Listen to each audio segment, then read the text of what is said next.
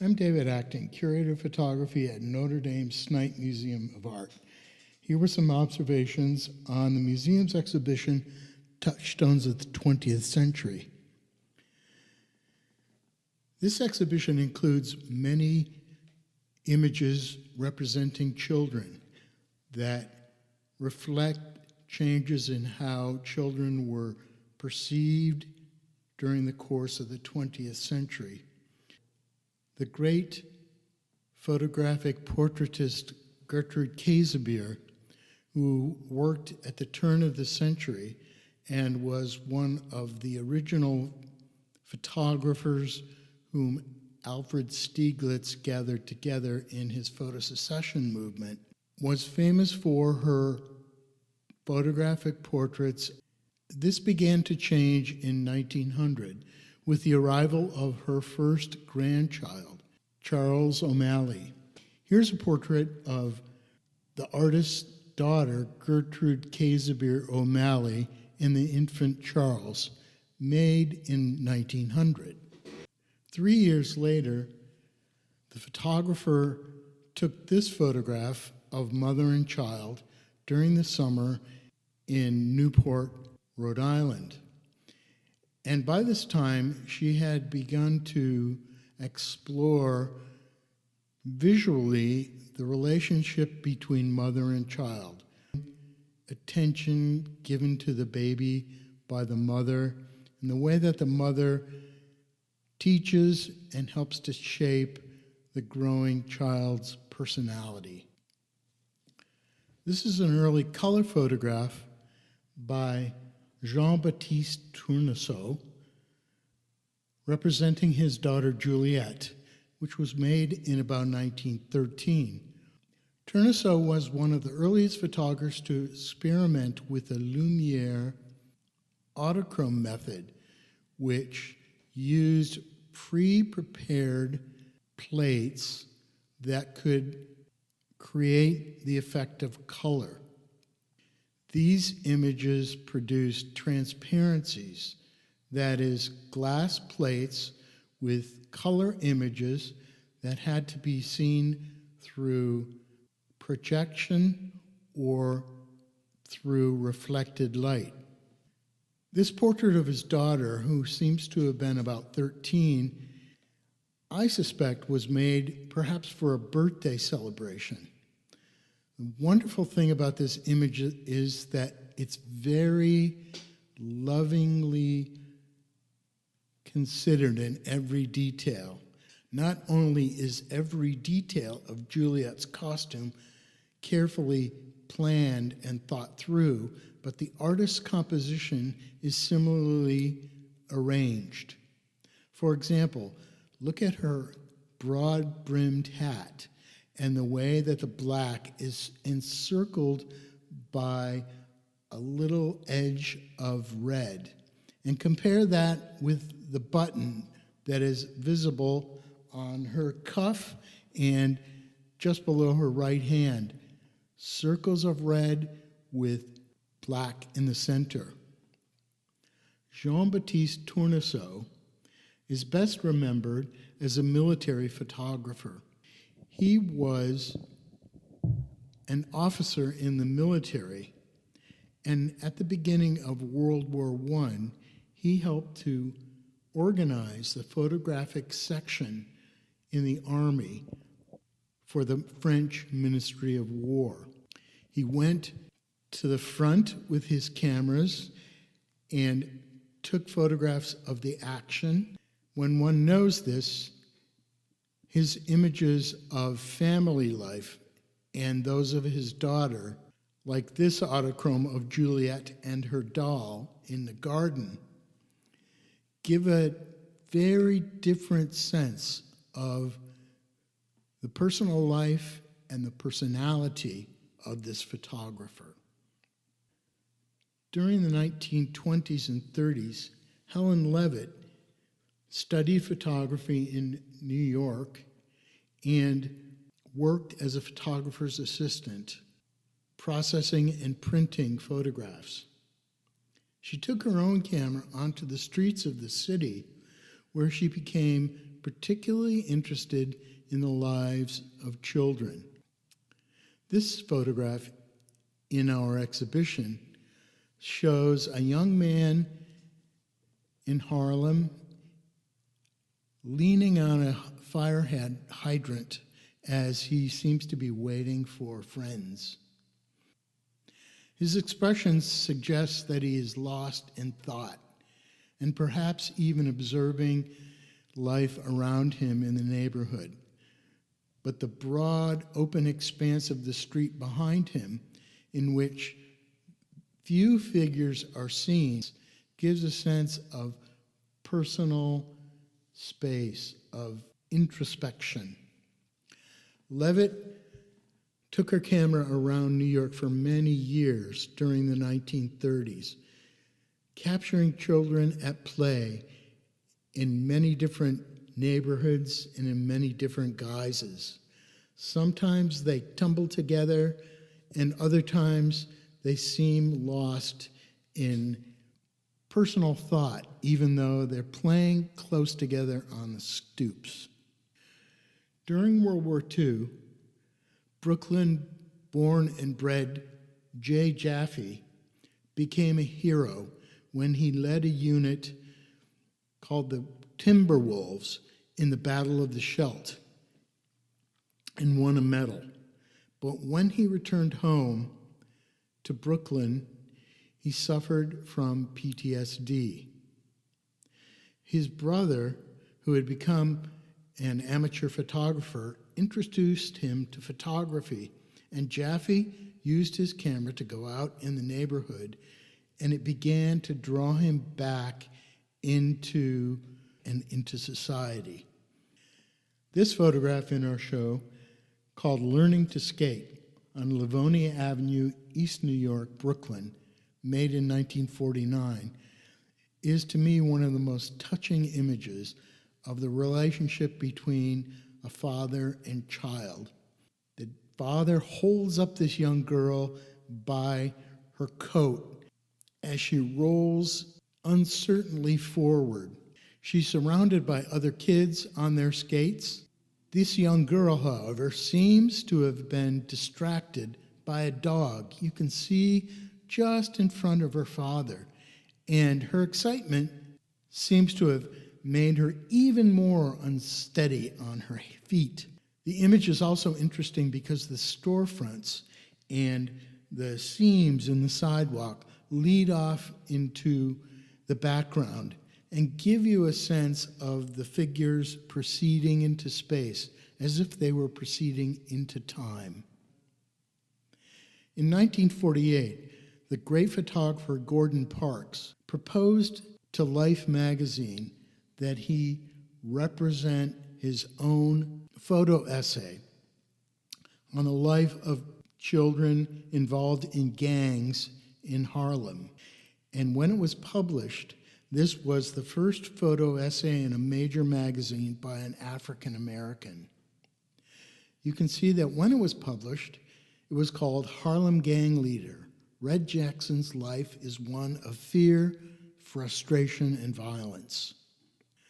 This is one of the key images from Gordon Parks' photo essays about Red Jackson and his gang, the Midtowners. It represents a moment when a rival gang had chased Jackson and his friends into an empty house, and they were looking out, waiting for the coast to clear. Jackson has a cigarette in his face and looks out from a shattered glass window. So it represents an image of depredation, of danger, and of fear.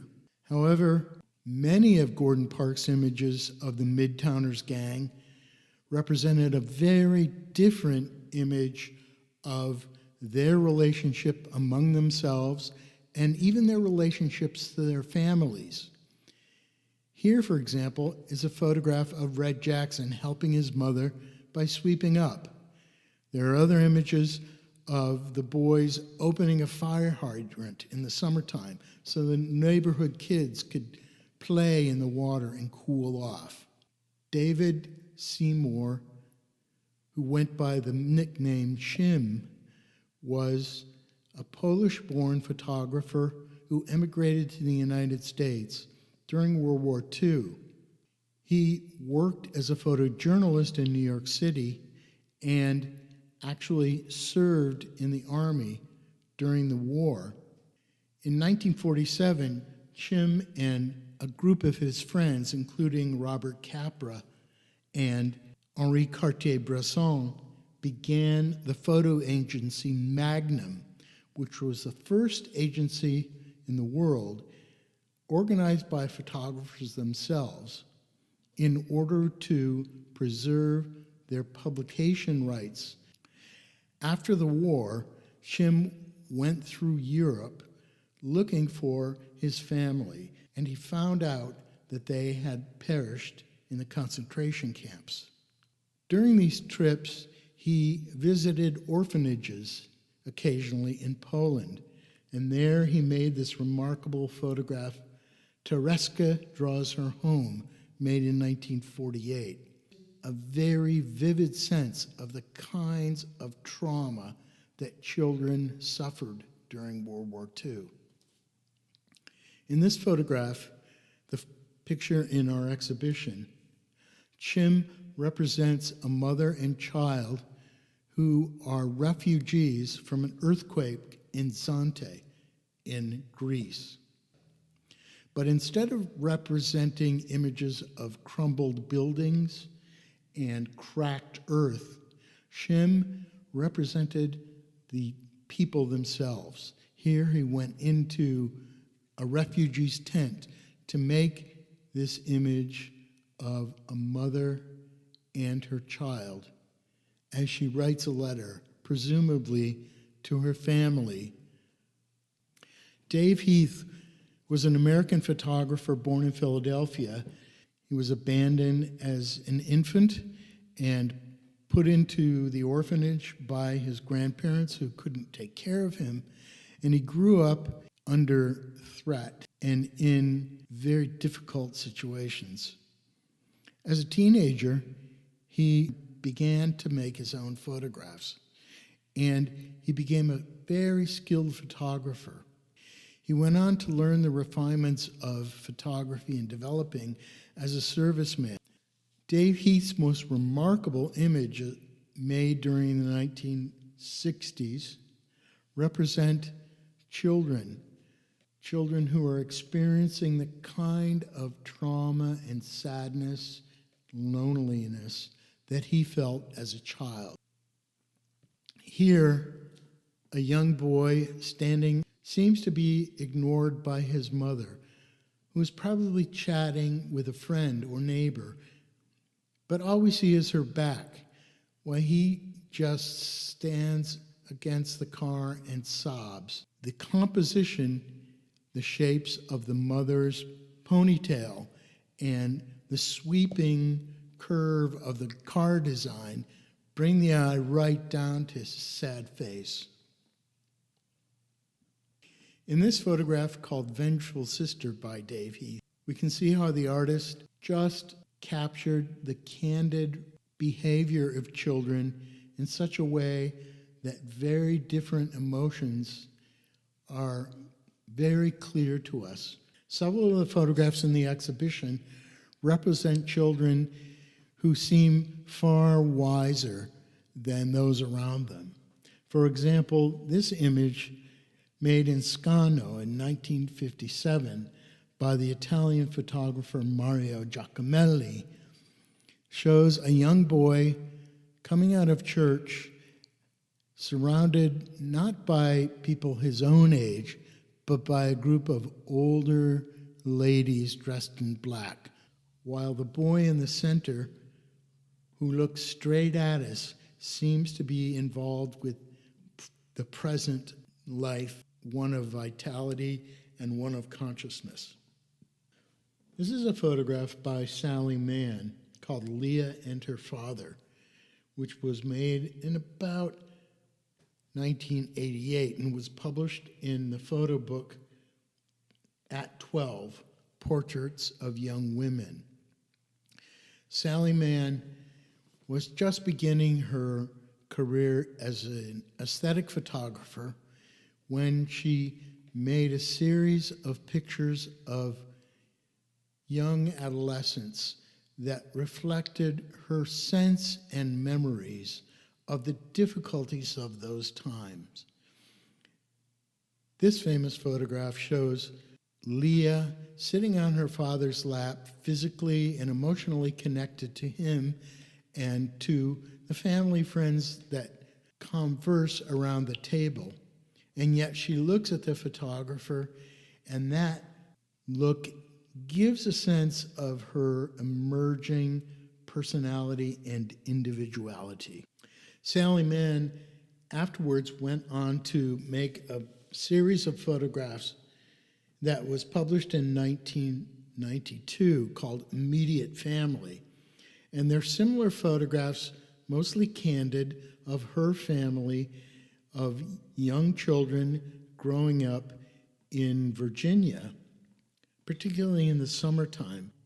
And this photograph, which is in our exhibition, is called Sempervirens Stricta. That title represents the name of the tall bushes that tower above the figure of young Virginia man on her bicycle. These tall, ancient trees planted by people from before the Civil War give a sense of eternity. And the photographer has chosen a point of perception that leads off into the distance.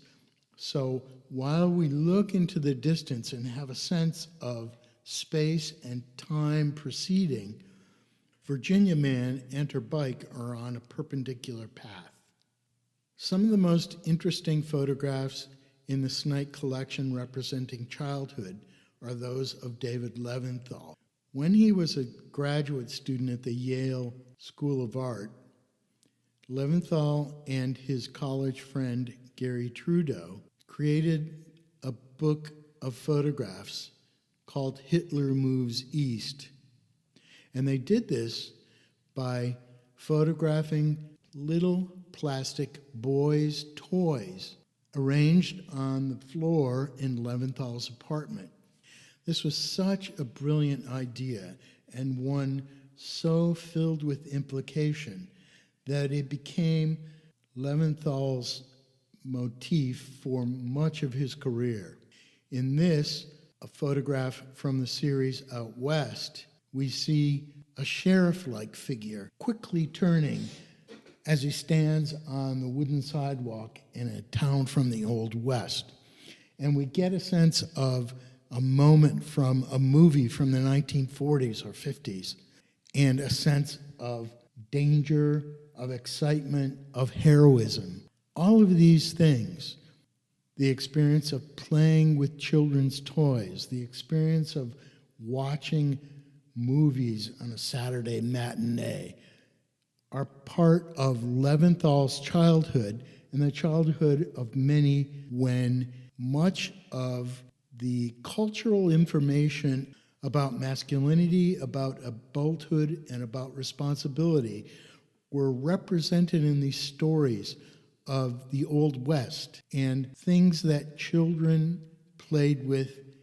Leventhal went on to explore this idea in other series of photographs.